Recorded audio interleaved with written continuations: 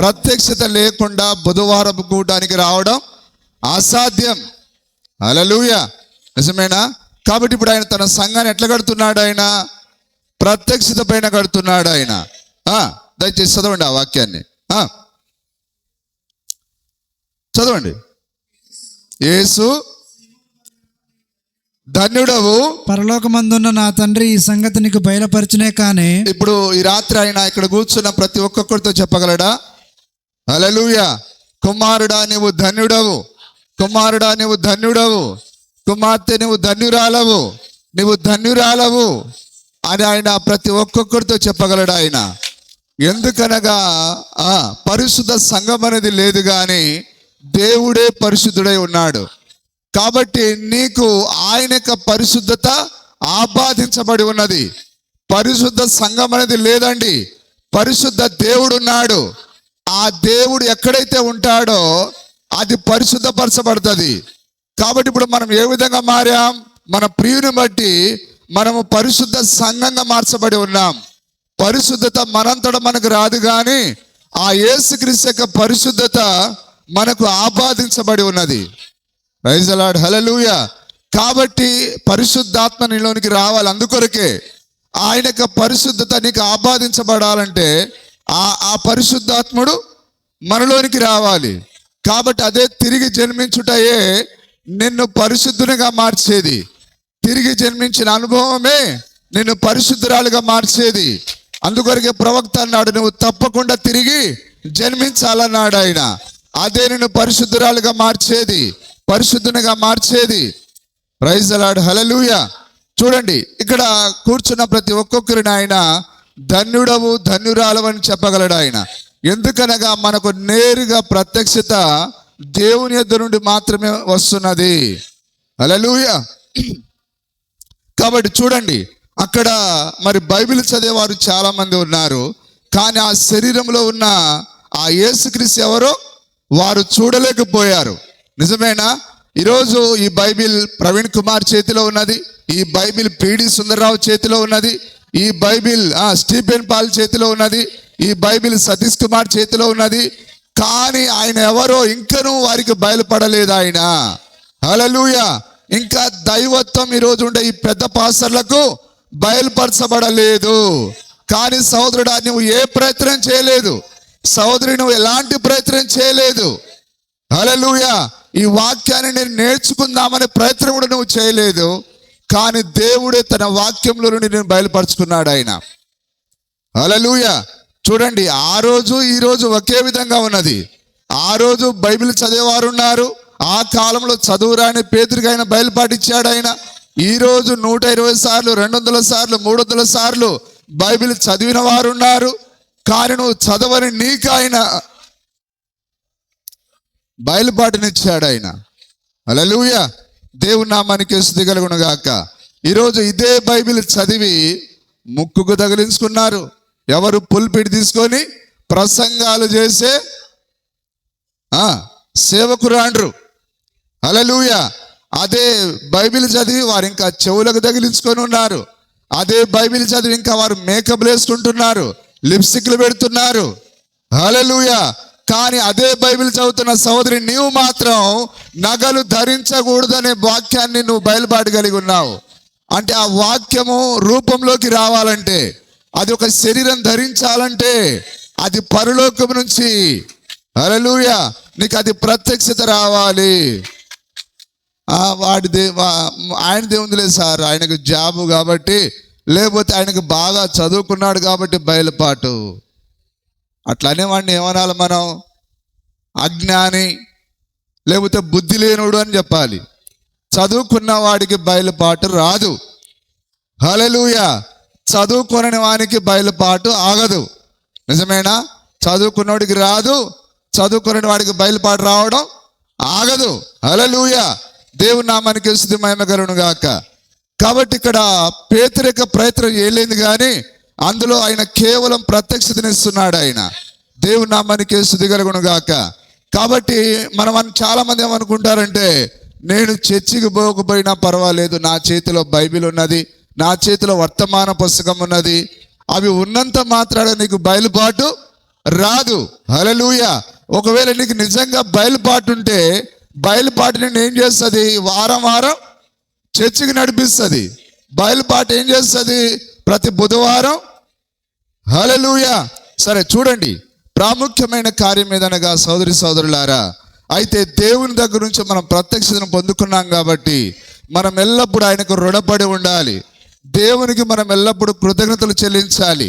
చూడండి, ఈ ప్రత్యక్షత, ఈ విశ్వాసం అనేది నీకున్న మంచి ఇల్లు కంటే, నీకున్న బంగారం కంటే, వెండి కంటే, నీకున్న పొలాల కంటే ఇది శ్రేష్టమైనది. హల్లెలూయా. ఇప్పుడు ఆ దీవారాత్రులు బైబిల్ చదివేవారు అక్కడే ఉన్నారా? ఉన్నారు. కానీ వారు ఆ వాక్యాన్ని చదువుతున్నారు, కానీ ఆ బయలుపాటు వారికి రాలేదు. కానీ పేతురు వాక్యం చదవకుండానే బయలుపాటును పొందుకున్నాడు ఆయన. కాబట్టి ప్రత్యక్షత అనేది దేవుడు ఎవరికి ఇస్తాడో వాళ్ళకే ఇస్తాడు ఆయన. ప్రయాసపడే వారి వలన కాదు, పొందగోరే వారి వలన కాదు, కరుణించు నా వలనే అగునన్నాడు ఆయన. హల్లెలూయా. సోదరుడా, గమనించి ఇప్పటికైనా నీకు ఆయన ఈ గడియ వర్తమానం యొక్క ప్రత్యక్షతనిచ్చాడంటే ఆయన నిన్ను కరుణించాడు. ఆయన నీ పైన జాలి చూపించాడు. ఆయన నీ పైన వాత్సల్యతను కలిగి ఉన్నాడు. ఆయన ప్రయాసపడే వారి వలన కాదు, దీవారాత్రులు బైబిల్ చదివేవారి వలన కాదు, హల్లెలూయా, నీకు ప్రసంగం చేసేవాడి వలన కాదు, హల్లెలూయా, ప్రయాసపడే వారి వలన, పొందగోరే వలన కాదు, కానీ కరుణించు నా వలన అన్నాడు ఆయన. నిజమేనా? కాబట్టి నీకు వాక్యం ఎట్లా అర్థమైంది చెప్పండి? దేవుని యొక్క కరుణ నీ పైన ఉన్నది కాబట్టి. ఇప్పటికైనా గ్రహిస్తారా? దేవుడు నిన్ను అధికంగా ప్రేమిస్తున్నాడు. ఆయన ఈ పట్టణంలో ఉండే ప్రజలందరికంటే నేను ఎక్కువగా ప్రేమించాడు ఆయన. సోదరుడు నిన్ను ఎక్కువగా ప్రేమించాడు ఆయన. నువ్వు దాన్ని నమ్మి తీరాలి ఖచ్చితంగా. దేవునికి స్తుతి కలుగును గాక. హల్లెలూయా. సరే చూడండి, ఇక్కడ యేసుక్రీస్తు యొక్క ప్రత్యక్షత. దేవునికి సరైన బలి అర్పించవలనచో ఏమి చేయవలనో హేబేలుకి ఎట్లా తెలియను? చూడండి, ఆ గొర్రె పిల్లనే తీసుకొని రావాలని హేబేలుకి ఎట్లా తెలిసింది? చూడండి, ఆ రోజుల్లో బడులు లేవు, ఆ రోజుల్లో చదువు లేదు. వింటున్నారా? Praise the lord. హల్లెలూయా. ఇది చదువు వలన వచ్చేది కాదు. నిజమేనా? దేవునికి సరైన బలి అర్పించవలనచో ఏమి చేయవలనో హేబేలుకు ఎట్లా తెలియను? అలాగనే నీవు దేవునికి సంపూర్ణంగా సమర్పించబడాలంటే మరి నీకేం కావాలి? ప్రత్యక్షత కావాలి, విశ్వాసం కావాలి. సోదరి, నీ యొక్క జుట్టును కత్తిరించేది ఆపాలంటే నీకేం కావాలి? ప్రత్యక్షత కావాలి. నీవు ఎత్తు చెప్పులను ఆపాలని, వేసుకోకుండా ఉండాలంటే ఏం కావాలి? ప్రత్యక్షత కావాలి. నీవు ఇక్కడి వరకు నిండు చేతులు ధరించకుండా నీవు ఇక్కడి వరకే పొట్టి చేతులు ఆ జాకెట్లు ధరిస్తున్నావంటే నీకేం రాలేదు? ఇంకా ప్రత్యక్షత రాలేదు. హల్లెలూయా. ఒక పురుషుడే నిండు చొక్కా వేసుకుంటే మరి స్త్రీ ఇక్కడ దాకా వేసుకోవడం ఏంటిది? నిజంగా ఆమె కూడా నిండైన వస్త్రాలు ధరించాలి. అంటే నువ్వు నిండు వస్త్రాలు ధరించాలి. నీకేం కావాలి చెప్పండి? ప్రత్యక్షత కావాలి. దేవుని నామానికి మహిమ కలుగును గాక. నీవు ముక్కులోది విసిరేయాలన్నా, చెవులోది విసిరేయాలన్నా, నీ మేకప్ కిట్లని తీసి మురికాలో విసిరేయాలన్నా, నిజమేనా? వీటన్నిటిని జయింపజేసేది ఏంటిది? బయలుపాటు, ప్రత్యక్షత మాత్రమే. అందుకొరకే గాడిదను బాదినట్టు బాధితే ఏడో తీస్తారు సార్, పౌలు గారు తీస్తారా? తీయమ్మ అంటే ఆయన పైనోడు సెలవు ఇవ్వకపోతే యెహోవా సెలవు లేక తృప్తిగా భుజించగలవాడెవడను? పొట్ట నింపుకోవడానికే దేవుని సెలవు అయితే మరి చెవులోది ఊడాలంటే ఏంటి సార్? అది భూమి కంటే బరువైనది. అది అంత సామాన్యంగా దాన్ని ఎత్తి మురికి కాలువలో వేయాలంటే చాలా బలం కావాలి. ఆ బలమే చెప్పండి, దాని పేరే ప్రత్యక్షత, దాని పేరే విశ్వాసం. హల్లెలూయా. కాబట్టి ఈరోజు నిన్ను సమయానికి నడిపించేది, 45 నిమిషాల ముందు నడిపించేది. ఇప్పుడు ఏమైపోయిందనంటే ఈరోజు సార్ వస్తున్నాడా రా, ఏమైనా తెలిసిందా? లేదురా, వాడు చెప్పిండు ఈరోజు సార్ రాడట. అట్లా ఉన్నది కథ. ఇప్పుడు వర్షం పడతా ఉంటే ఈరోజు చర్చి ఉందా లేదా? బడి పిల్లలమా మనం డుమ్మాలు కొట్టడానికి? దేవునికి సరైన బలి అర్పించవలన ఏమి చేయవలన హేబేలుకి ఎట్లు తెలియను? విశ్వాసమును బట్టి అతడు రక్తపు ప్రత్యక్షతను పొంది ఉన్నాడు. అక్కడ ఇద్దరు వ్యక్తులు ఉన్నారు, నిజమేనా? అక్కడ ఎవరెవరున్నారు? హేబేలు మరియు కయీను ఇద్దరు నిలబడుకొని ఉన్నారు. కాబట్టి ఇప్పుడు హేబేలు రక్తమును తీసుకొని వస్తున్నాడు. రక్తము అనగా గొర్రె పిల్ల. కానీ ఇతడు మాత్రం ఆ యొక్క పంట ఫలాలు తీసుకొని వస్తున్నాడు. చూడండి, ఇప్పుడు హేబేలు ఏ ప్రత్యక్షతనైతే కలిగి ఉన్నాడో చూశాడు. ఈ హేబేలు ఏం చేస్తున్నాడో చూశాడు ఈయన. హల్లెలూయా. అంటే బైబిల్లో ఏం చెప్పబడిందో ఈరోజు ప్రపంచంలో ఉండే క్రైస్తవ స్త్రీలు చదువుతున్నారు, చూస్తున్నారు. కానీ హేబేలు చేసినట్లుగా కయీనుకి అస్సలే మనసు రాలే. చెప్పండి, ఎందుకనగా దేవుడే వానికి బయలుపాటు ఇవ్వలేదు, ప్రత్యక్షతనివ్వలేదు. హల్లెలూయా.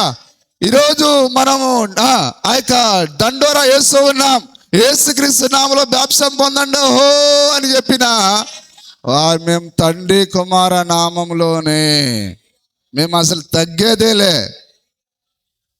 నిజమేనా? ఎందుకు? పర్మిషన్ రాలే వాళ్ళకి. వాక్యం దగ్గరికి రావాలంటే నీకు పర్మిషన్ కావాలి. ఈ హేబేలులాగా ఈ కయీను చేయాలంటే వానికి ఎక్కడి నుంచి రావాలి బయలుపాటు? దేవుడే స్వయంగా వచ్చి చెప్పాడు, కుమారుడా ఎందుకు ముఖం చిన్నబుచ్చుకున్నావు? నా పంట అంగీకరించలేదు, హేబేలు చేసినట్టు చేయమని దేవుడే చెప్పినా వాడు అస్సలు చేయలేదు. దేవుని నామానికి మహిమ కలుగును గాక. అందుకొరకే ఈ రోజు కూడా దేవుడు నీ ద్వారా మాట్లాడుతున్నాడు. సహోదరి, దేవుడు నీ ద్వారా వారితో మాట్లాడుతున్నాడు. కానీ వారు చేయడానికి అస్సలు ఒప్పుకోవట్లేరు. వాళ్ళు కారణం ఏదనగా దేవుడే వారికి అనుమతి ఇవ్వట్లేడు. నిజమేనా? చూడండి, ఇక్కడ హేబేలు రక్తాన్ని తీసుకోవడానికి గల ప్రధానమైన కారణం విశ్వాసము, ప్రత్యక్షత. వీడు పంట ఫలాలు తీసుకొని రావడానికి గల కారణం విశ్వాసం లేదు. కాబట్టి వీని యొక్క బలి అంగీకరించబడలేదు. వీడి యొక్క పళ్ళు పలహారాలు దేవుడు అంగీకరించలేదు. కాబట్టి దేవుడు వీడిని అంగీకరించాలంటే మొదటి బలిని ఏ విధంగా అంగీకరించాడో రెండో బలిని కూడా అదే విధంగా అంగీకరిస్తాడు ఆయన. మొదటి బలి రక్తం అయితే రెండో బలి కూడా ఏం కావాలి? రక్తంగానే ఉండాలి. ఆ మొదటి బలి గొర్రె పిల్ల అయితే ఇప్పుడు కూడా ఏం కావాలి? గొర్రె పిల్లయే కావాలి. అందుకొరకే ఆ ఏదేనులో గొర్రె పిల్లని అర్పించాడు హేబేలు. కాబట్టి ఇప్పుడు ఆయన మరలా ఈ సాతాను ఏదేనులో ఏమర్పించాడు? ఆయన గొర్రె పిల్లనే బలిగా అర్పించాడు. ఆయన దేవుడు తన క్రమాన్ని మార్చాడు ఆయన. హల్లెలూయా. ఎట్లు తెలియను? హేబేలుకి ఎట్లు తెలిసింది? విశ్వాసమును బట్టి అతడు రక్తపు ప్రత్యక్షతను పొంది ఉన్నాడు. కయీనుకు అటువంటి ప్రత్యక్షత దొరకలేదు. అతనికి ఆజ్ఞ ఉన్నా కానీ పొందలేకపోయాను. ఈరోజు కూడా యేసుక్రీస్తు నామములో బాప్తిసం అనేది ఆజ్ఞ. ఆజ్ఞాతిక్రమమే పాపం, పాపంలో వచ్చే జీతం మరణమై ఉన్నది. ఆజ్ఞ ఉన్నా కానీ దాని యొక్క ప్రత్యక్షతను వాడు పొందుకోలేదు. హల్లెలూయా. ప్రతి వారం ఆజ్ఞ రావట్లేదా? కుమారుడా, మొబైల్ ఫోన్లు కాదు సమయం వ్యర్థం చేసేది. నీవు ఏం చేయాలి? ఈ మొబైల్ ఫోన్ పక్కన పెట్టి వాక్యాన్ని నువ్వు ధ్యానం చేయాలి, మోకరించి ప్రార్థన చేయాలి. ఇది శపించబడినది. ఇది ఇందులో నువ్వు టైం వేస్ట్ చేసుకోకూడదు. హల్లెలూయా. దేవుని నామానికి మహిమ కలుగును గాక. మరి నేను ఎక్కడున్నా దేవుని యొక్క వాక్యం కొరకే మరి నేను ఆలోచన చేస్తాను. ఆ ప్రత్యక్షత కొరకు దేవుని వైపు ఎదురు చూస్తాను. ఎందుకు నన్ను ఆ విధంగా మార్చినది ఏంటిది చెప్పండి? ప్రత్యక్షత మాత్రమే. హల్లెలూయా. చూడండి, కయీనుకు అటువంటి ప్రత్యక్షత దొరకలేదు. ఆజ్ఞ ఉన్నా కానీ పొందలేకపోయాను. కాబట్టి అతడు సరైన అర్పణను అర్పించలేకపోయాను. దేవుని నుండి వచ్చిన ఆ ప్రత్యక్షతయే ఆ భేదమును కలగజేసి మరియు హేబేలుకు నిత్య జీవమును ఇచ్చినది. చూసారా? ఈరోజు నేను సంఘ శాఖ నుంచి వేరుపరిచినది ఏది చెప్పండి? ప్రత్యక్షతయే. హల్లెలూయా. ఆ పేతురు అడిగినట్టుగా ప్రభువా ఎవడు పరలోకంలో ప్రవేశించగలడు? హల్లెలూయా. ఆయన అన్నాడు, ఇది మనుషులకు అసాధ్యం కానీ నాకు సమస్తమును సాధ్యమే. దేవునికి సమస్తమును సాధ్యమే.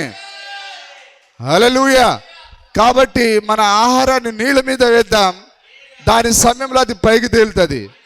పైకి కిందకి చూసి, సార్ వీడు భయంకర మీసాలు ఇట్లా తిరిగి ఉన్నాయి, గడ్డం పొడుగుంది, వీనికి చెప్పాలా వద్దని భయపడకండి. చెప్పేది చెబుదాం. ఒకవేళ అతడు దేవుని యొక్క అనుగ్రహం పొందితే బయటకు వస్తాడు. నా తండ్రి ఆకర్షిస్తేనే తప్ప ఎవడు నా ఎద్దకు రాడు. చూడండి, మీరందరూ ధన్యులై ఉన్నారు. కాబట్టి ఆ సంఘ శాఖను, ఆ లోకాన్ని జయింపజేసినది ఆ గొప్ప ప్రత్యక్షత అయి ఉన్నది. హల్లెలూయా. చూడండి, అతడు సరైన అర్పణ అర్పించలేకపోయాను. దేవుని నుండి వచ్చిన ఆ ప్రత్యక్షతయే ఆ భేదమును కలగజేసి మరి హేబేలుకు నిత్య జీవమునిచ్చినది. దేవుడు నిత్య జీవం మనకి ఇస్తాడా, ఇచ్చేసాడా? చెప్పండి, డౌట్ ఉందా ఏమన్నా? ఇస్తాడా, ఇచ్చేసాడా? చెప్పండి, పూర్తి అయిపోయిందా? ఆయన ముద్ర వేసేసాడు. ఆయన విమోచన దినం వరకు మనం ముద్రించబడి ఉన్నాం. హల్లెలూయా. ఇక మన గమ్యం ఎక్కడ ముగించబడుతుంది? ఆ నిత్యత్వములో ముగించబడుతుంది. హల్లెలూయా. ఈ బాక్స్ ఎవరి చేతికి చేరుతుంది? ఆయనే దాని యొక్క ప్రారంభకర్త అయి ఉన్నాడు. నిజమేనా? చూడండి, నీవు సంఘ కాపరి చెప్పిన దానిని స్వీకరించవచ్చును, లేక సెమినరీ బోధించిన దానిని తీసుకునవచ్చును. నిన్ను ఒప్పింపజేయు వాగ్దాటితో దానిని వారు నీకు బోధించవచ్చును. అంటే పాసరు అటు ఇటు ఉరికి ఎంతో గట్టిగా బోధించవచ్చు, కానీ దాని వలన నీకు బయలుపాటు రాదు. హల్లెలూయా. నిజమేనా? వారు నీకు గట్టిగా బోధించవచ్చును, కానీ యేసే క్రీస్తై ఉన్నాడనియు నిన్ను పవిత్రపరచునది రక్తమేననియు. చూడండి, బయలుపాటు ఎక్కడున్నది? ఇప్పుడు యేసే క్రీస్తై ఉన్నాడు అనేది గొప్ప బయలుపాటు. నిజమేనా? కానీ ఈరోజు సంఘ శాఖలలో యేసు వేరు, క్రీస్తు వేరు, కుమారుడు వేరు, తండ్రి వేరు. కానీ ఏ బయలుపాటికి రావాలి? యేసే క్రీస్తు అనే బయలుపాటికి రావాలి. అందుకొరకు ఆ శరీరంలో ఉన్న యేసే క్రీస్తై ఉన్నాడని పేతురు పలికి ఉన్నాడు. ఈ శరీరంలో ఉన్న యేసే క్రీస్తై ఉన్నాడని పేతురు పలికాడు. అందుకొరకే దేవుడు ఏమంటున్నాడు? ధన్యుడవు అంటున్నాడు ఆయన. ఈరోజు కూడా నీవు ఒక్క దేవుడు అనే బయలుపాటికి ఊరక వచ్చిందా? లేదు సహోదరుడా, అది నీకు ఊరక రాలేదు. అది దేవుని యొద్ద నుంచి నువ్వు బయలుపాటును పొందుకున్నావు. లేకపోతే అంత పెద్ద పెద్ద వాళ్ళు, మరి డబ్బు పలుకుబడి ఉన్న వాళ్ళు ఈరోజు ముగ్గురని నమ్ముతున్న ఈ కాలంలో నీవు ఒక్కడే దేవుడిని నమ్మడం ఎంత అసాధ్యమైన కార్యం. అయితే నీకు బయలుపాటు ఎక్కడి నుంచి వచ్చింది? దేవుని యొద్ద నుండి వచ్చింది. హల్లెలూయా. చూడండి, యేసే క్రీస్తై ఉన్నాడనియు నిన్ను పవిత్రపరచునది రక్తమేననియు. నిజమేనా? ఎప్పుడైతే దేవుడు ఒక్కడని మనం నమ్మామో అప్పుడు మనం ఎక్కడికి పోయాం? ఆ నీళ్ళలోనికి పోయాం. అప్పుడు ఆ రక్తం వచ్చి మనం ఏం చేసింది? శుద్ధీకరించింది. నువ్వు ఒక్క దేవుడని నమ్మినప్పుడే యేసుక్రీస్తు నామములో బాప్తిసం పొందుతావు. ఈ ఒక్క దేవుడు అని ఎవరైతే నమ్మరో, యేసే క్రీస్తు అని ఎవరైతే నమ్మరో, వారు యేసుక్రీస్తు నామంలో బాప్తిసం పొందరు. వారు తండ్రి కుమారు నామం దగ్గరే ఉంటారు. హల్లెలూయా. దేవుని నామానికి స్తుతి కలుగును గాక. చూడండి, దేవుడే నీ రక్షకుడనియు దేవుడు బయలుపరచు వరకు నీవెన్నడను నిత్య జీవమును పొందలేవు. ఇప్పుడు నువ్వు బయలుపాటు కలిగి ఉన్నావు కాబట్టి నిత్య జీవం ఉందా లేదా? ఉందా? ఆత్మ సంబంధముకు ప్రత్యక్ష ద్వారా మాత్రమే అది జరుగును. నిజమేనా? మరి మనకు ప్రత్యక్షత ఎక్కడి నుంచి రావాలి? ఆత్మ యొద్ద నుంచి రావాలి. ఆత్మ సంబంధముకు ప్రత్యక్షత దేవుని యొద్ద నుంచి రావాలి. కాబట్టి ఇక్కడ కూర్చున్న మీరందరూ దేవుని యొద్ద నుండే ప్రత్యక్షతను పొంది ఉన్నారు. పాస్టర్ ద్వారా మీకు రాలేదు, సంఘం ద్వారా మీకు రాలేదు. దేవుడే నేరుగా నీకు బయలుపరుచుకున్నాడు ఆయన. హల్లెలూయా. దేవుని నామానికి స్తుతి కలుగును గాక. మరి మరొక మాట నేను చదువుతున్నాను, చూడండి.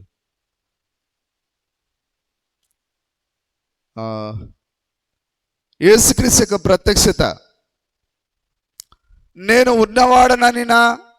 ఉన్నవాడను, గొప్పవాడు, సర్వశక్తుడకు దేవుడు ఆత్మగా తన యొక్క నిజ సంఘము నింపుటకు వచ్చి ఉన్నాడు. ఆత్మగా ఎవరు నింపడానికి వచ్చాడు? ఆయన తన యొక్క నిజ సంఘాన్ని. ఆయన తనకిష్టం వచ్చిన చోటుకు కదలగలడు. నువ్వు అక్కడికి వెళ్ళు, ఇక్కడికి వెళ్ళని ఎవరు ఆయనకు చెప్పనక్కర్లేదు. ఆయన తనకిష్టం వచ్చిన చోటుకు కదలగలడు. తాను కోరుకున్న వారి మీదకి దిగి వచ్చును. ఎవరి మీదకి వస్తాడు ఆయన? ఆయన ఎవరినైతే కోరుకుంటాడో వారి మీదకి ఆయన దిగి వస్తాడు ఆయన. మరి పట్టణంలో ఆయన కోరుకున్న వాళ్ళు ఉన్నారా? చెప్పండి, ఉన్నారా? ఉంటే వారి చేతులెత్తి ఆమేన్ చెప్తారా? వారు దేవునికి సంతోషాన్ని వ్యక్తపరుస్తారా?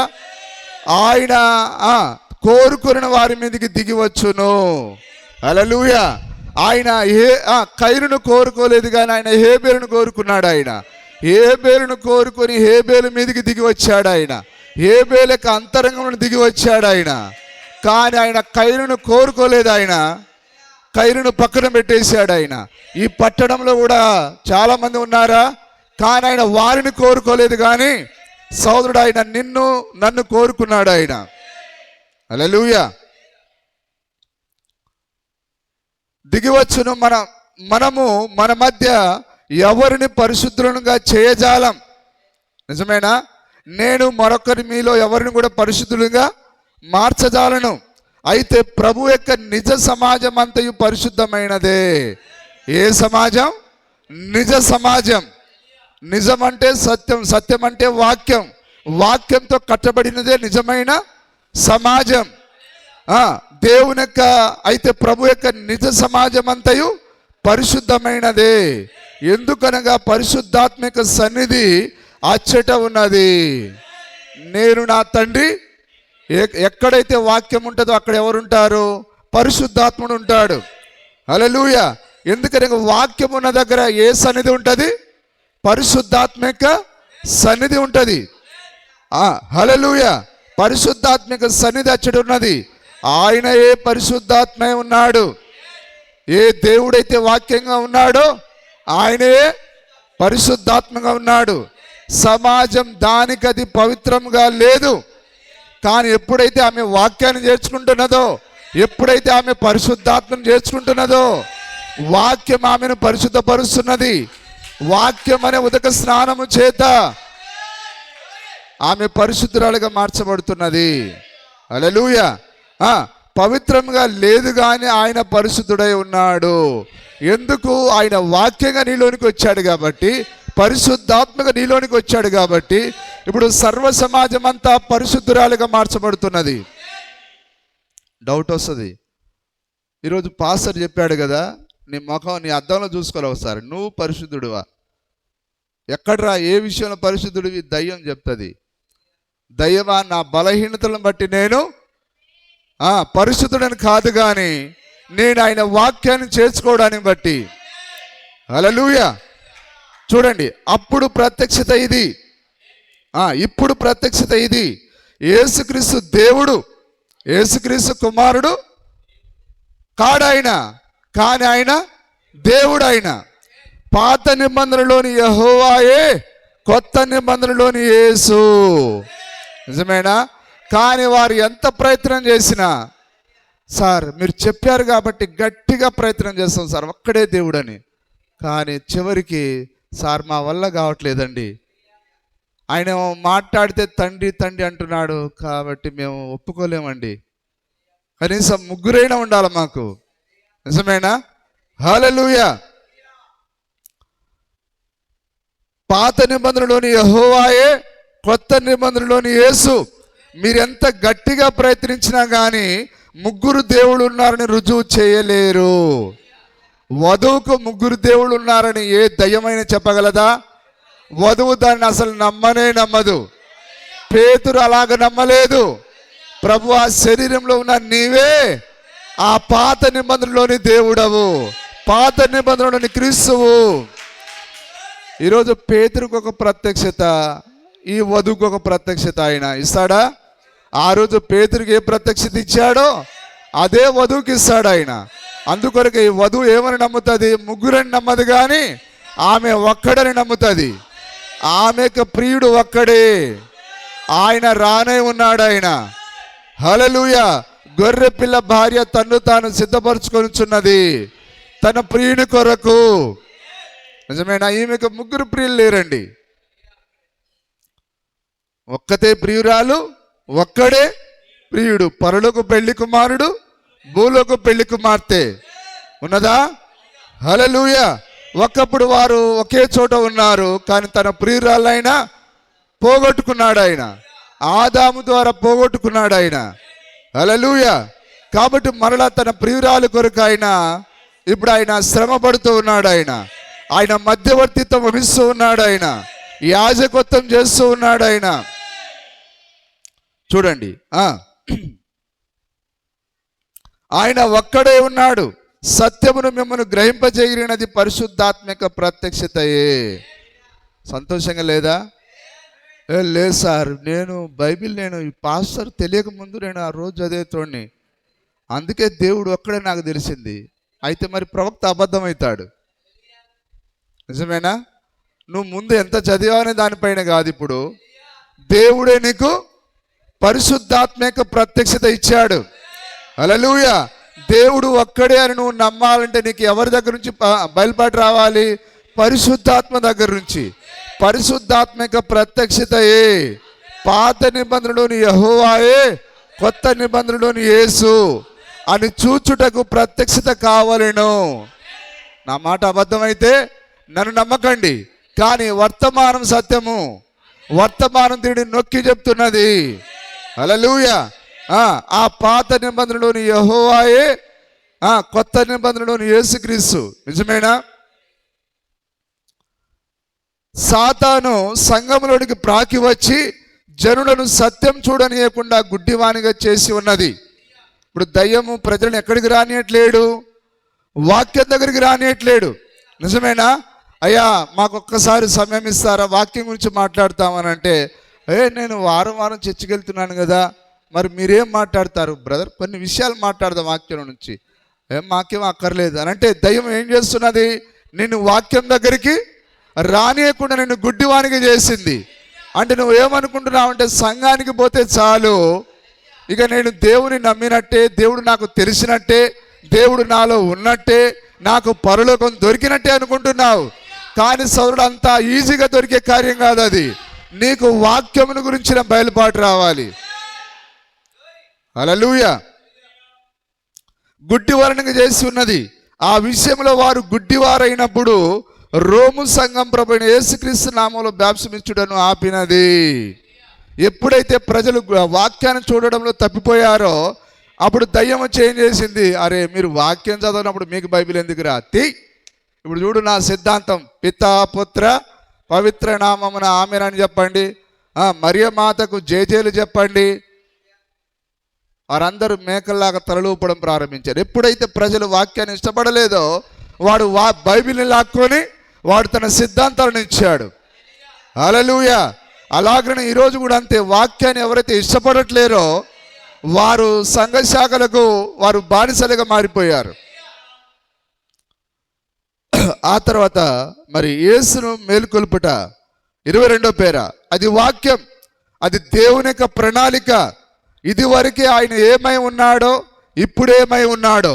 ఆయన మరి యేసుక్రీస్తు నిన్న నేడు నిరంతరం ఏకరీతిగా ఉన్నాడనంటే, ఆయన నిన్న లేకపోతే ఆయన ఈరోజు ఉండి మరి ఆయన నిన్న ఎట్లా ఏకంగా ఉంటాడు? ఆయన ఒకసారి ఆలోచన చేయండి. యేసుక్రీస్తు నిన్న నేడు మరి ఇప్పుడు ఉన్న వర్తమానంలో ఉన్న ఆయన ఈరోజు ఎట్లా ఉన్నాడో నిన్న కూడా అట్లే ఉన్నాడట. ఆయన అసలు ఈరోజు ఏమై ఉన్నాడు ఆయన? అయితే నిన్న కూడా అదే ఉండాలి. ఆయన నిన్న దేవుడుగా ఉంటే ఈరోజు కూడా దేవుడుగా ఉండాలి. ఆయన నిన్న పాత నిబంధనలోని యెహోవా అయితే ఇప్పుడు కూడా అదే యెహోవాగా ఉండాలి. ఆయన వేరొకడు కాడు. హల్లెలూయా. చూడండి, అది వాక్యం, అది దేవుని ప్రణాళిక. ఇది వరకు ఆయన ఏమై ఉన్నాడో, ఆయన పాత నిబంధనలు ఆయన దేవుడై ఉన్నాడు. ఇప్పుడు ఆయన పాత నిబంధనలు ఏమై ఉన్నాడో ఇప్పుడు అదే ఉన్నాడు. ఇప్పుడు ఏమై ఉన్నాడో ఇక ముందు కూడా ఆయన ఏమై ఉండునో అనే పూర్తి ప్రత్యక్షతయే వాక్యము. హల్లెలూయా. యేసుక్రీస్తు యొక్క నిరంతర ప్రత్యక్షత ఉన్నది. కాబట్టి నువ్వు నీ జీవిత కాలం సమాధిలో నువ్వు పోయేంత వరకు నీవు దేవునికి ఇష్టడుగా జీవించాలంటే నీకేం కావాలట? నిరంతరం యేసుక్రీస్తు యొక్క నిరంతర ప్రత్యక్షత కావాలి. ఈరోజుతో నాకు చాలే సార్, మరీ ఎక్కువైతే బాగోదు అనుకుంటే కాదు. ఈరోజుకి సరిపోతుంది. ఈరోజు తిన్న ఆహారం నెల రోజులు పనికొస్తుందా? భౌతిక సంబంధమైనది.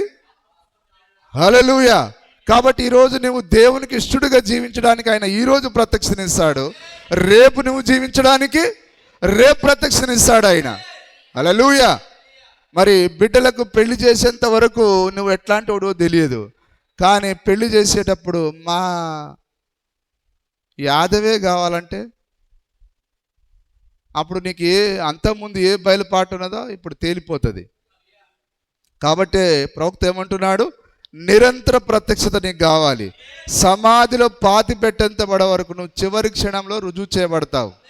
నువ్వు సమాధి చేయబడేటప్పుడు నువ్వు ఎలాంటి జీవితం కలిగి ఉన్నావో అదే నీ అసలైన జీవితం. అది ప్రైజ్ ది లార్డ్. హల్లెలూయా. యేసుక్రీస్తు యొక్క పరిపూర్ణ ప్రత్యక్షతే ఈ బైబిల్ అయి ఉన్నది. బైబిల్ అంటే వేరు కాదు, యేసుక్రీస్తును బయలుపరిచేదే, యేసుక్రీస్తును ప్రత్యక్షపరిచేదే బైబిల్ అయి ఉన్నది. ఆయనకు విరోధంగా దీనిలో నుండి ఏది బయలుపడదు. వాక్యానికి విరోధంగా నీకు ఆయన ఏ బయలుపాటు ఇవ్వడైనా. ఒకవేళ ఒకప్పుడు ఆయన ఒక రకంగాను ఇప్పుడు మరొక రకంగాను ఆయన ఉన్నాడని ఎవరైనా అన్నట్లయితే దాన్ని మీరు నమ్మొద్దు.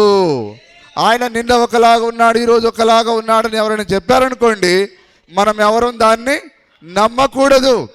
యేసుక్రీస్తు నిన్న నేడు నిరంతరం ఏకరీతిగా ఉన్నాడు. వాక్యం ఆయన ఏమై ఉన్నాడని చెప్పినదో ఆయన అలాగే ఉండును. హల్లెలూయా. కాబట్టి ఆ వాక్యం నిన్న ఎలాగ ఉన్నదో ఈరోజు అలాగనే ఉన్నది. అది వాక్యం. చూశారా? హల్లెలూయా. సరే,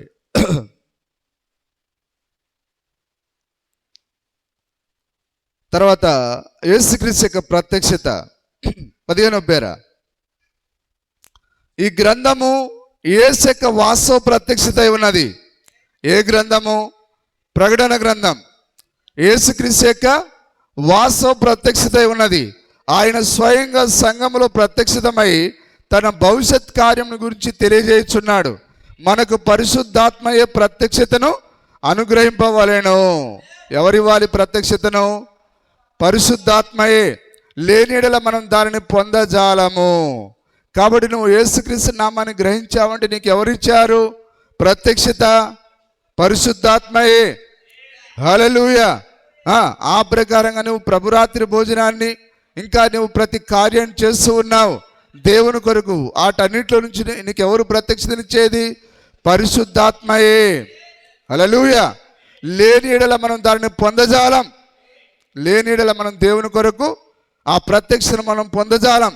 ఈ రెండు ఆలోచనలు మీరు ఏకంగా చేయండి. మామూలు అధ్యయనం చాలదని మీరు గ్రహించగలరు. ఇప్పుడు వాక్యాన్ని ఏదో ఉన్నట్టుగా చదివితే సరిపోదట. ఈ గ్రంథము మన ఆలోచనల ద్వారా వాస్తవతలోనికి తీసుకొని రాలేం. పరిశుద్ధాత్మిక పని కావాలను. కాబట్టి ఈ ప్రకటన గ్రంథం నీకు గ్రహింపు రావాలంటే, నీకు అర్థం కావాలంటే ఏం కావాలట? పరిశుద్ధాత్మిక పని కావాలను. కాబట్టి ఈ గ్రంథము ఒక ప్రత్యేక తరగతి జనులకు తప్ప మరెవరికి బయలుపరచబడదని దీని వలన గ్రహించవలెను. ఇది ఎవరికిది? ప్రత్యేక తరగతికి చెందిన ప్రజలకు. ఎక్కడున్నారు వాళ్ళు? ఉన్నారా ఇక్కడ? ప్రత్యేక తరగతి ప్రజలకు. హల్లెలూయా. వారికి మాత్రమే ఆయన తన ప్రత్యక్షతనిస్తాడు ఆయన. Praise the lord. హల్లెలూయా. మరెవరికి బయలుపరచబడదని దీని వలన గ్రహించవలను. ప్రవచనాత్మక దృష్టి గలవారు దీనిని గ్రహించగలరు. దేవుని నుండి విను సామర్థ్యం కావాలను. ఇప్పుడు నీకు ప్రత్యక్షత రావాలంటే ఏం కావాలట?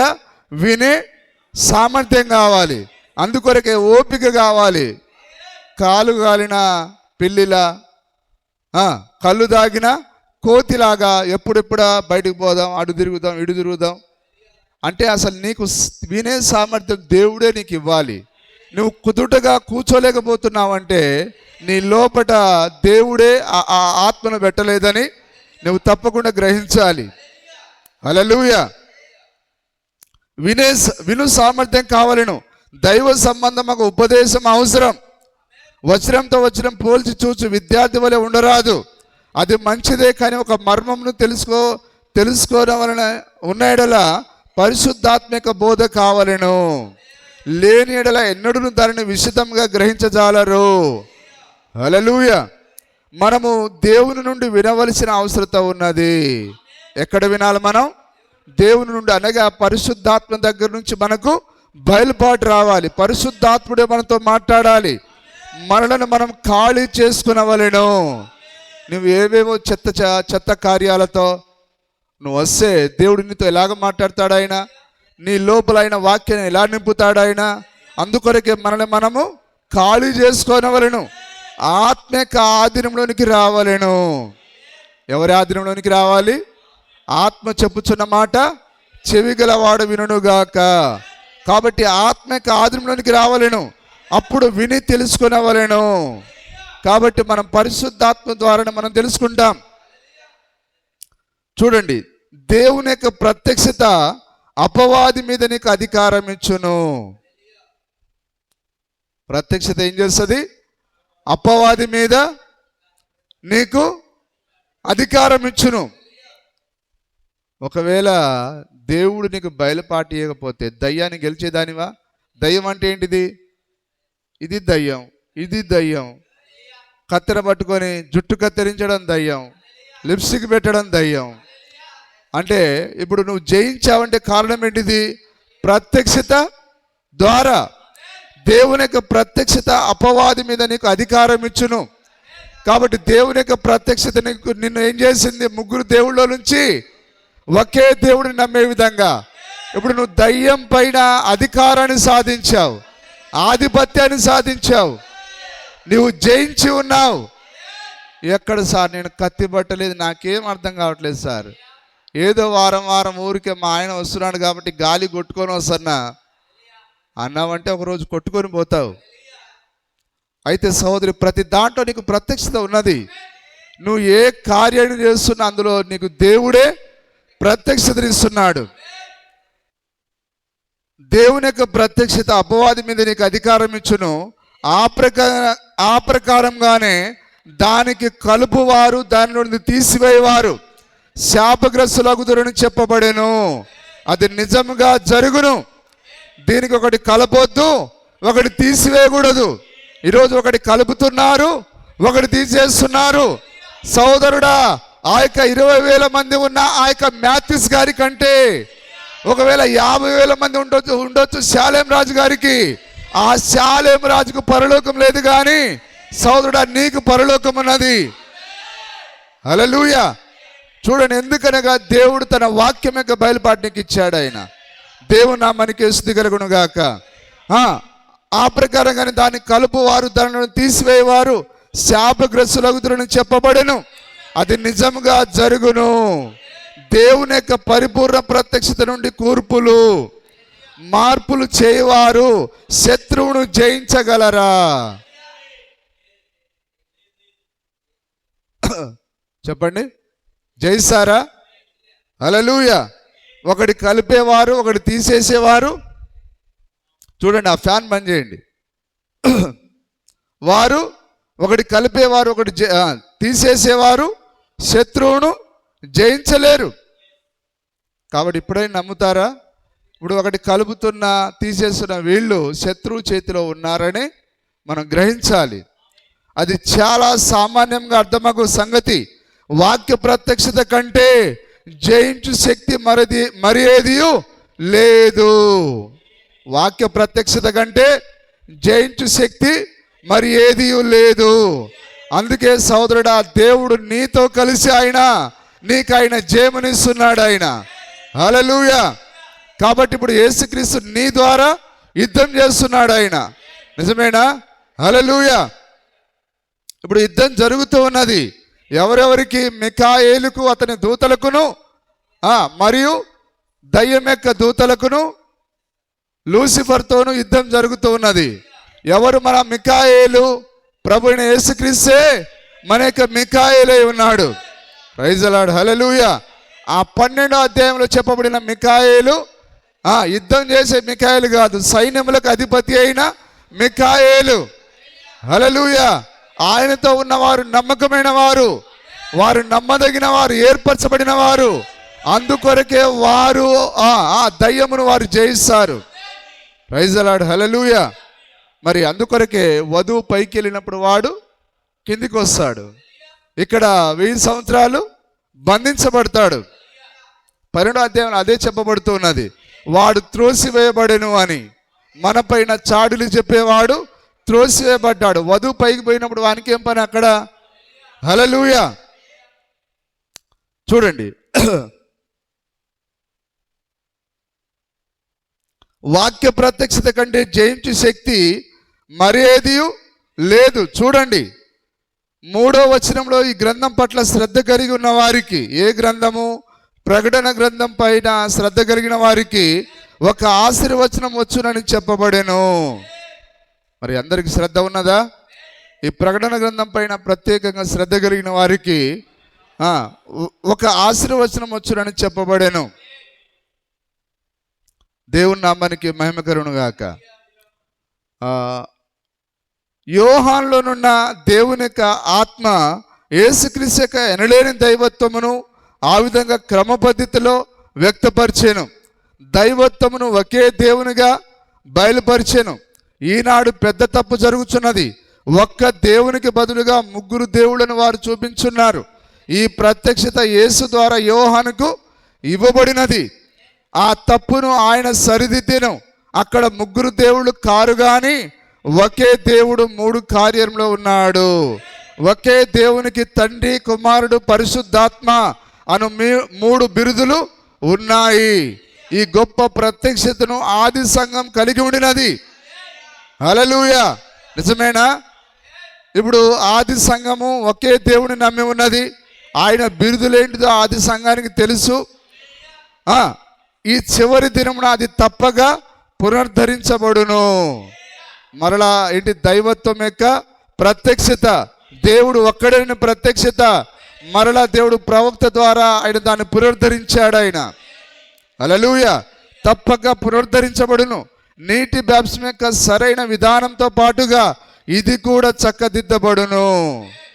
ఈ ఒక్కడే దేవుడు అనే ప్రత్యక్షతతో పాటు నీటి బాప్టిజం యొక్క సరైన విధానం కూడా పునరుద్ధరించబడి ఉన్నది.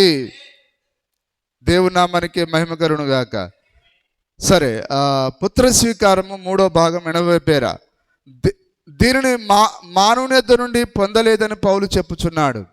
ఇప్పుడు పేతురికి బయలుపాటు ఎక్కడి నుంచి వచ్చింది చెప్పండి? దేవుని దగ్గర నుంచి వచ్చింది. అందుకొరకే పౌలు కూడా ఏమంటున్నాడు? ప్రత్యక్షత ఎక్కడి నుంచి రావాలంటున్నాడు? ఆయన దేవుని యొద్ద నుంచి అంటున్నాడు ఆయన. కాబట్టి ఏ వ్యక్తికైనా ప్రత్యక్షత దేవుని దగ్గర నుంచి రావాలి. ప్రవక్తకైనా, విశ్వాసికైనా, అపోస్తలుడికైనా, సువార్తికునికైనా, ఎవరైనా సరే ఎక్కడి నుంచి రావాలి? దేవుని యొద్ద నుంచి రావాలి. దేవుని నామానికి మహిమ కలుగును గాక. చూడండి, దీనిని మానవుని యొద్ద నుండి పొందలేదని పౌలు చెప్పుచున్నాడు. ఆయన చిత్తం యొక్క మర్మమును మనకు బయలుపరిచెను. ఆయన యొక్క చిత్తమేమిటి? ఆయన చిత్తం యొక్క మర్మమును బయలుపరిచెను. ప్రతి మాట ఎంతో గొప్పది. ప్రతి మాట ఒక బంగారు తునక. బైబిల్లో ఉండే ప్రతి మాట బంగారు తునక. దాన్ని మీరు ఎంత మెరుగు పెట్టినా ఇంకా మెరియును. అందులోని ఒక మాటను తీసుకుని దాన్ని ఆది కాండంతో మెరుగుదిద్దండి. కొత్త నిబంధనలో ఉన్న మాటను తీసుకెళ్ళి ఆది కాండంతో మెరుగు పెట్టండి. హల్లెలూయా. మెరుగుదిద్దండి. దాన్ని మరలా నిర్గమకాండంతో మెరుగుదిద్దండి. దాన్ని తీసుకొని మరలా లేవియా కాండంతో మెరుగుదిద్దండి. ప్రకటనతో మెరుగుదిద్దండి. అంతా యేసే. ఆది కాండం నుంచి ప్రకటన గ్రంథం వరకు ఎక్కడ చూసినా ప్రతి పాత్ర యేసే. ఆదాము యేసే. చూడండి, మోసే యేసే. ఆ నోవా యేసై ఉన్నాడు. ఆ ఓడ యేసై ఉన్నాడు. ఆ గుడారము, ఆ యొక్క ప్రతి ఉపకరణాలు ఆ యేసై ఉన్నాడు. ఆయన నువ్వు ఎక్కడ మెరుగుపెట్టినా అక్కడ యేసే కనిపిస్తాడు.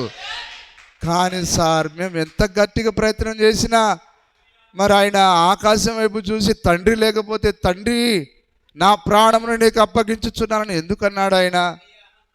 ఎందుకన్నాడో నీకు ఎవరు చెప్తారు? వాళ్ళు చెప్పినా నువ్వు ఎందుకు నమ్ముతావు? దేవుడే నీకు బయలుపాటు చేసుకోవాలి. హల్లెలూయా.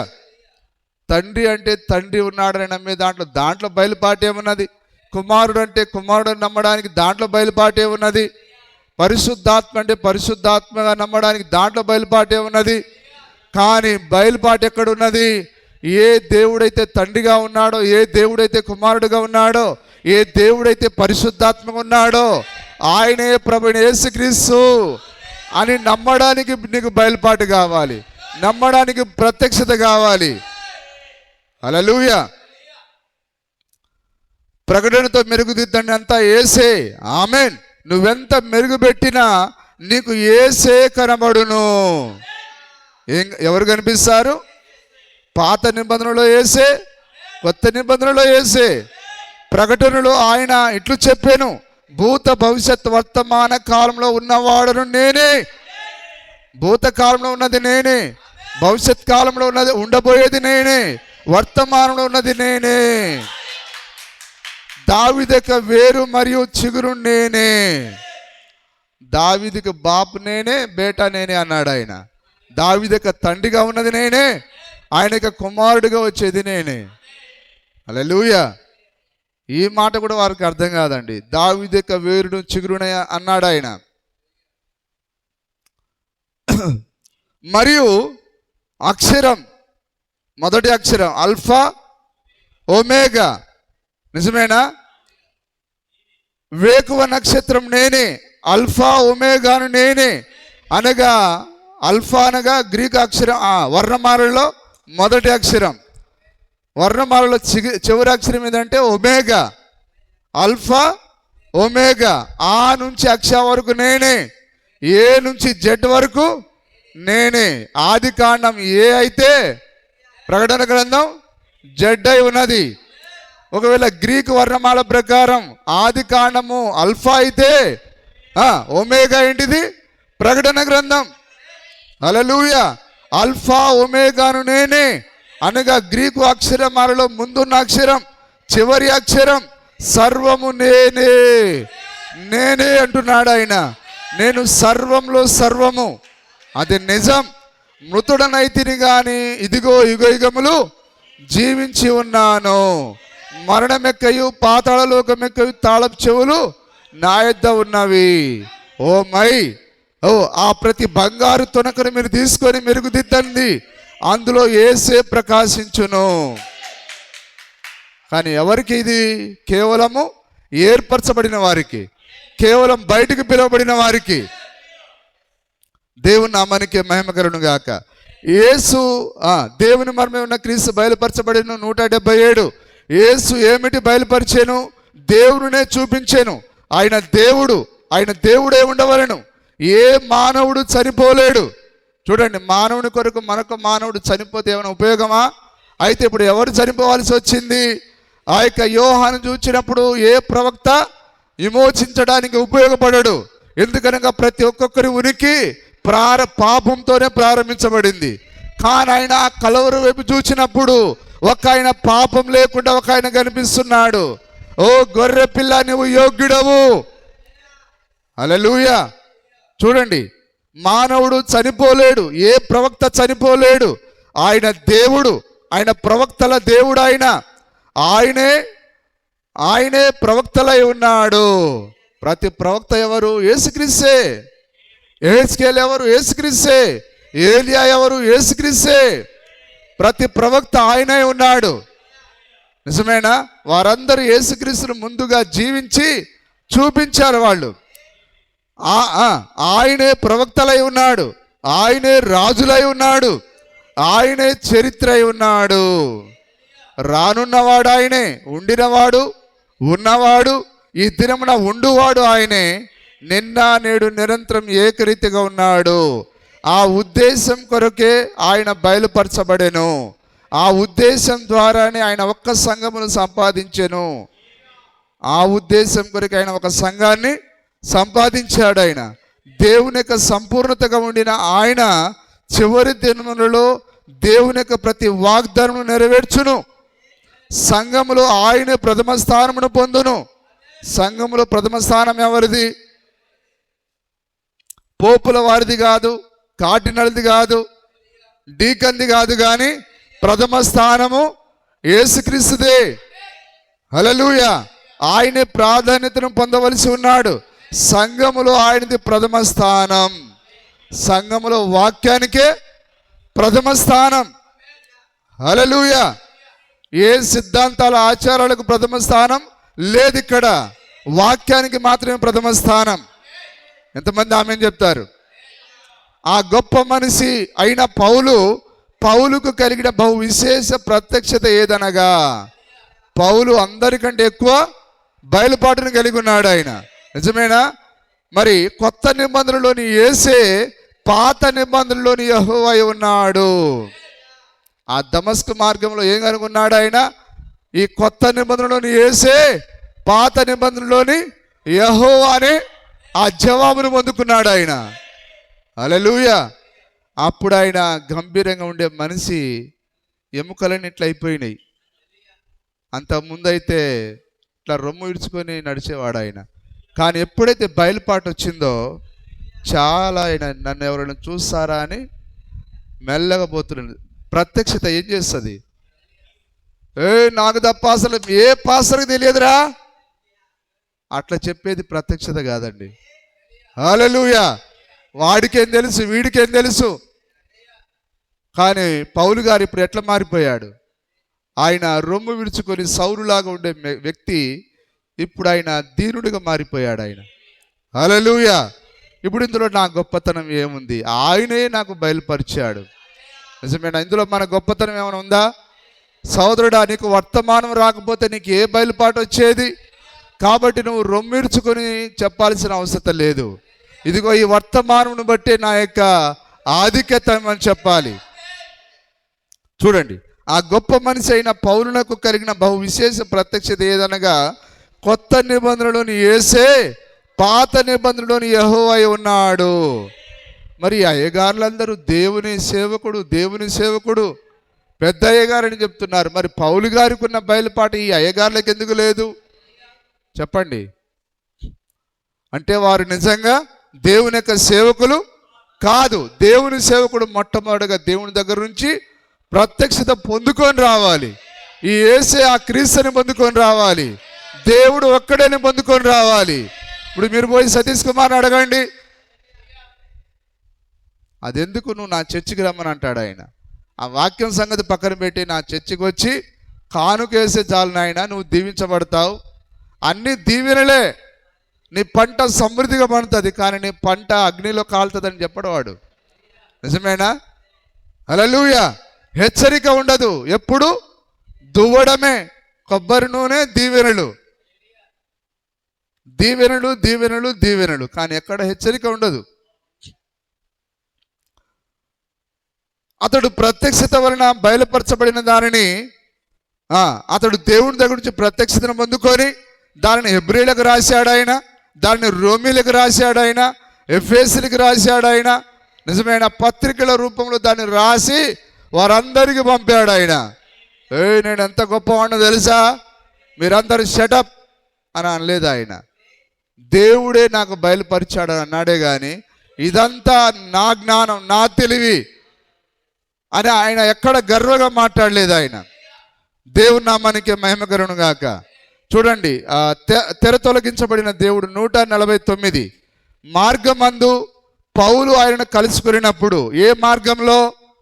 దమస్కు మార్గంలో కలుసుకున్నప్పుడు శిష్యులు ఆయన రాసిన వాటిలో వారేమి చూశారో వాటిని మాత్రమే రాశారు.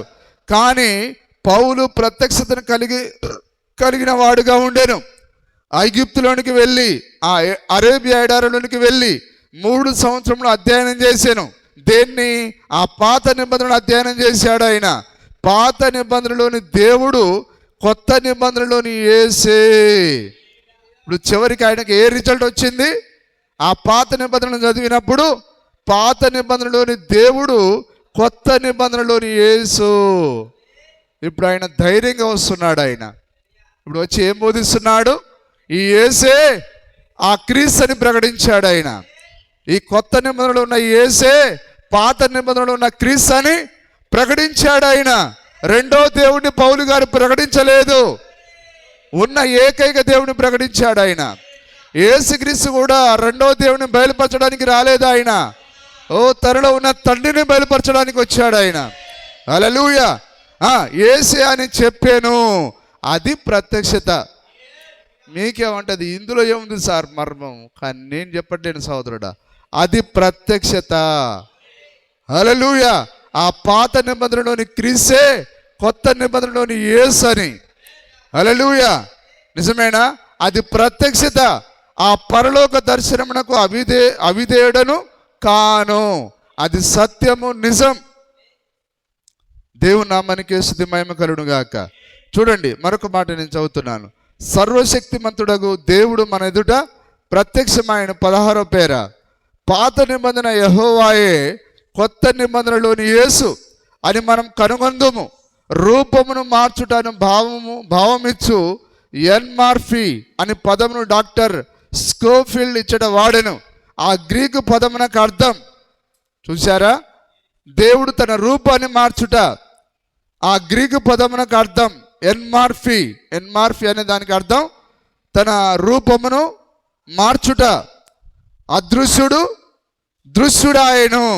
ఎన్మార్ఫీ అనగా అదృశ్య రూపంలో ఉండే దేవుడు దృశ్య రూపంలోకి వచ్చాను. ఆయన యేసుగా లేకముందు ఎట్లా ఉన్నాడు? ఆయన అదృశ్యంలో ఉన్నాడు. ఆయన అగ్ని స్తంభంలో ఉన్నాడు. ఆయన మేఘ స్తంభంలో ఉన్నాడు. ఆయన కానీ ఇప్పుడు ఆయన శరీరంలో ఆయన దృశ్యుడు అయ్యాడు. ఆయన అదృశ్యుడు దృశ్యుడాయను. మనము చూడకపోయినా ఆయన అచ్చట ఉన్నాడని ఎరుగుదుము. హల్లెలూయా. ఆయన సహజాతితను నుండి ప్రకృతి రూపమునకు మారేను. ఆ సహజాతీతమైన వాడు, మనకు అర్థం కాని వాడు, మనం చూడలేని వాడు, ఆ సూపర్ న్యాచురల్ బీయింగ్ ఇప్పుడు ఏమైందనంటే ఒక రూపంలోనికి వచ్చింది. అది ఆ సహజాతీతమైన నుండి ప్రకృతి రూపమునకు మారేనని ఆ ఎన్మార్ఫీకి అర్థము. ఆయన తన ముసుగును మార్చేను. ఇప్పుడు ఆయన క్రీస్తు నుంచి కుమారుడుగా మారాడు. ఆయన తండ్రి నుంచి కుమారుడుగా మారాడు. ఆయన దేవుని నామానికి స్తుతి మహిమ కలుగును గాక. చూడండి, ఆ రోజుల్లో మరి ఆ గొప్ప దేవుని యొక్క దయ కొరకు దయ్యాలని వేడుకున్నాయి. సర్వోన్నతుని దేవుని కుమారుడా, ఇదిగో మమ్మల్ని నాశనం చేయకుని ఆయన అవి సాగిలపడ్డాయి. నిజమేనా?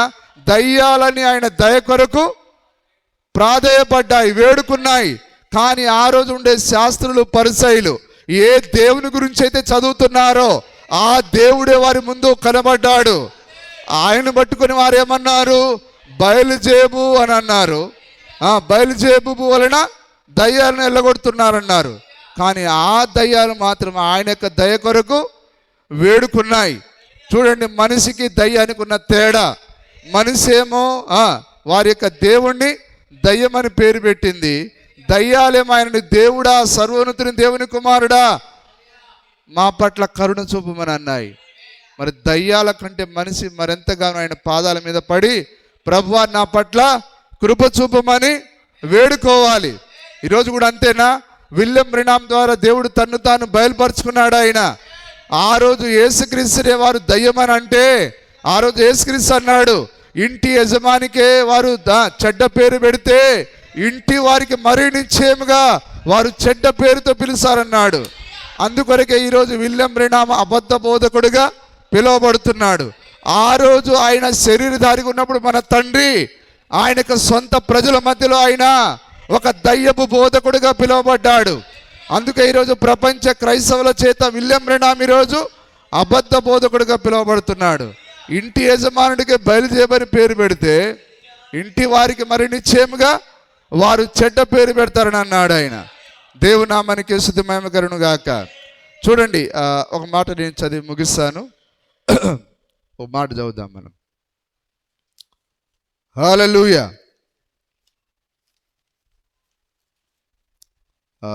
లూకాసు వార్త 11వ అధ్యాయం 15వ వచనం, లేదా మార్క్స్ వార్త 1:34. మార్క్స్ వార్త 1:34. మార్క్స్ వార్త అనేకులను స్వస్థపరిచి అనేకమైన దయ్యములను వెళ్ళగొట్టెను. అవి తన్ను ఎరిగి ఉండినందున దేవుని ఎరిగాయి. ఎవరు ఎరిగింది?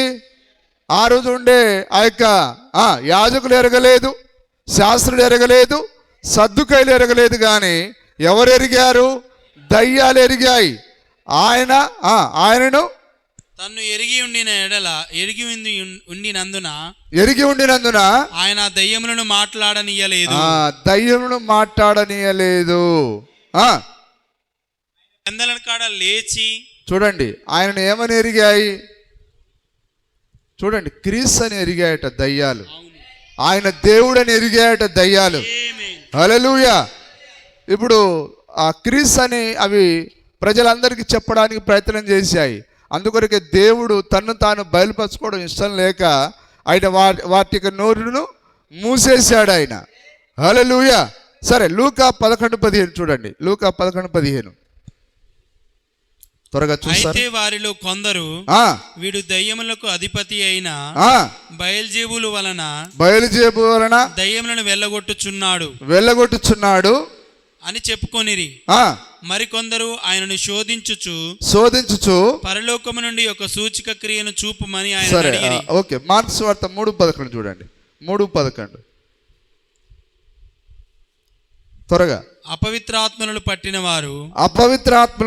వారు ఆయనను చూడగానే ఆయన ఎదుట సాగిలపడి నీవు దేవుని కుమారుడు అని చూడండి, కేకలు వేసి దయ్యాలు ఆయన ఎదుట సాగిలపడ్డాయి.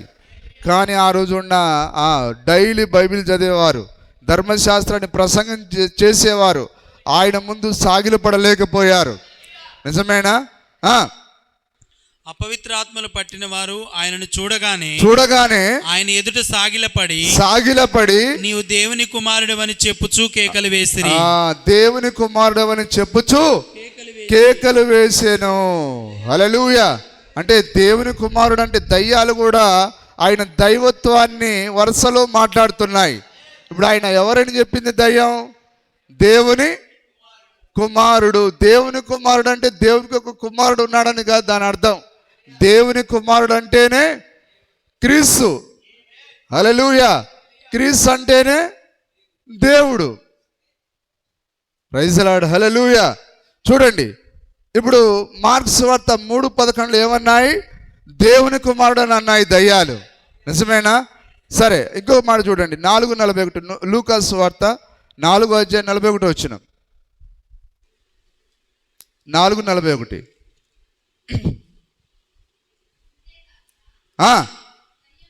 దయ్యములు నీవు దేవుని కుమారుడు అని కేకలు వేసి అనేకులను వదిలిపోయేను. ఆయన క్రీస్తు అని వాటికి తెలిసి ఉండేను గనుక. హల్లెలూయా. ఇప్పుడు దేవుని కుమారుడు అంటే ఎవరు? క్రీస్తు. హల్లెలూయా. క్రీస్తు అని వాటికి తెలిసి ఉండేను గనుక ఆయన వాటిని గద్దించి వాటిని మాట్లాడనీయలేదు. దయ్యం నన్ను బయలుపరచొద్దు మీరు ఎవరికి అని ఆయన మాట్లాడనీయలేదు. మరి దయ్యానికి ఉన్న ఆ రోజు దయ్యానికే బయలుపాటున్నది, ఈరోజు దయ్యానికే బయలుపాటున్నది. దయ్యాలు దేవుడే ఒక్కడేనని నమ్మి వణికాయి. ఓ సర్వోన్నతుని దేవుని కుమారుడా, మాతో నీకేమి, మమ్మల్ని ఇప్పుడే నశింపజేయవద్దు. ఓ సేవకులారా, మీకంటే దయ్యము 100% వాడు ఉత్తమంగా ఉన్నాడు బయలుపాటులో. దేవుడు ఒక్కడేనని నమ్ముతున్నాడు దయ్యం. హల్లెలూయా. ఎందుకు గుర్తుపట్టాయి? ఎట్లా గుర్తుపట్టాయి చెప్పండి? మిమ్మల్ని ఎక్కడో చూసినట్టుంది సార్. ఎక్కడ చూసినాయి? పరలోకంలో ఆయన ఆరాధించే పడిపోయాయి. హల్లెలూయా. ఆయన గుర్తుపట్టాయి దయ్యాలు. కానీ ఈరోజు ఉండే సేవకులు యేసుక్రీస్తును గుర్తుపట్టలేకపోతున్నారు. ఆయన దైవత్వాన్ని వారు గ్రహించలేకపోతున్నారు. దేవుని నామానికి మహిమ కలుగును గాక. చూడండి వాక్యం ఎంత తేటగా మాట్లాడుతూ ఉన్నదో. సరే 34 వచనం చదవండి. అదే లూకాసు వార్త 4:34. వాడు నజరేయుడైన యేసు, నజరేయుడైన యేసు మాతో నీకేమి. అక్కడేమో దేవుని కుమారుడు అని అన్నాయి, సర్వోన్నతుని దేవుని కుమారుడా. ఇప్పుడు దైవం ఏమంటుంది? నజరేయుడైన యేసు. ఇప్పుడు ఈ క్రీస్తు ఎవరు? నజరేయుడైన యేసే క్రీస్తు అయి ఉన్నాడని దయ్యం చెప్తున్నది ఇప్పుడు. హల్లెలూయా. నజరేయుడైన యేసు, యేసు మాతో నీకేమి, మమ్ము నశింపజేయవచ్చితివా. ఇప్పుడు వాటిని నశింపజేసేది ఎవరో దయ్యానికి తెలిసిపోయింది. ఈ నజరేయుడైన యేసే మమ్మల్ని అగ్నిగుండంలో వేసేది, పాతాళంలో పడేసేది, నాశనం చేసేది ఆయనేనని దయ్యాలు గుర్తించాయి. కానీ ఇప్పటికీ ఈరోజు బోధకులు గుర్తించలేకపోతున్నారు. నిజమేనా? నీవు దేవుని పరిశుద్ధుడు అని బిగ్గరగా కేకలు వేసెను. దేవుని పరిశుద్ధుడు అని బిగ్గరగా కేకలు వేసెను. అందుకు యేసు ఊరకుండము ఇతనిని వదిలిపోమ్మని దానిని గద్దింపగా దయ్యము వారిని వారి మధ్య పడద్రోసి వానికి ఏ హానియు చేయక వదిలిపోయెను. హల్లెలూయా. చూడండి లాస్ట్ చివరిగా ఒక మాట చూడండి. మార్క్స్ వార్త 5:7. మార్క్స్ వార్త 5:7.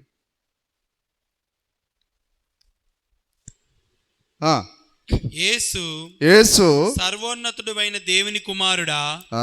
ఇప్పుడు యేసే ఎవరు? సర్వోన్నతుడైన దేవుని కుమారుడు. అంటే ఆయనే సర్వోన్నతుడైన దేవుడు అని అర్థం. మరొక దేవుడు ఉన్నాడని కాదు. సర్వోన్నతుడు ఎవరైతే ఉన్నారో ఆయనే యేసై ఉన్నాడు. చూడండి దయ్యాలన్నీ ఆయన దైవత్వాన్ని, ఆయన అధికారాన్ని, ఆయన బిరుదులన్నీ వరుసలో చెప్పాయి. ఒక చోట యేసు అన్నది, ఒక చోట సర్వోన్నతుడు అన్నది. ఎంత హిజ్జత్ తక్కువ సార్. దయ్యాలకున్న బయలుపాటు లేకుండా పోయింది ఈరోజు. దేవుని నామానికి మహిమ కలుగును గాక. హల్లెలూయా.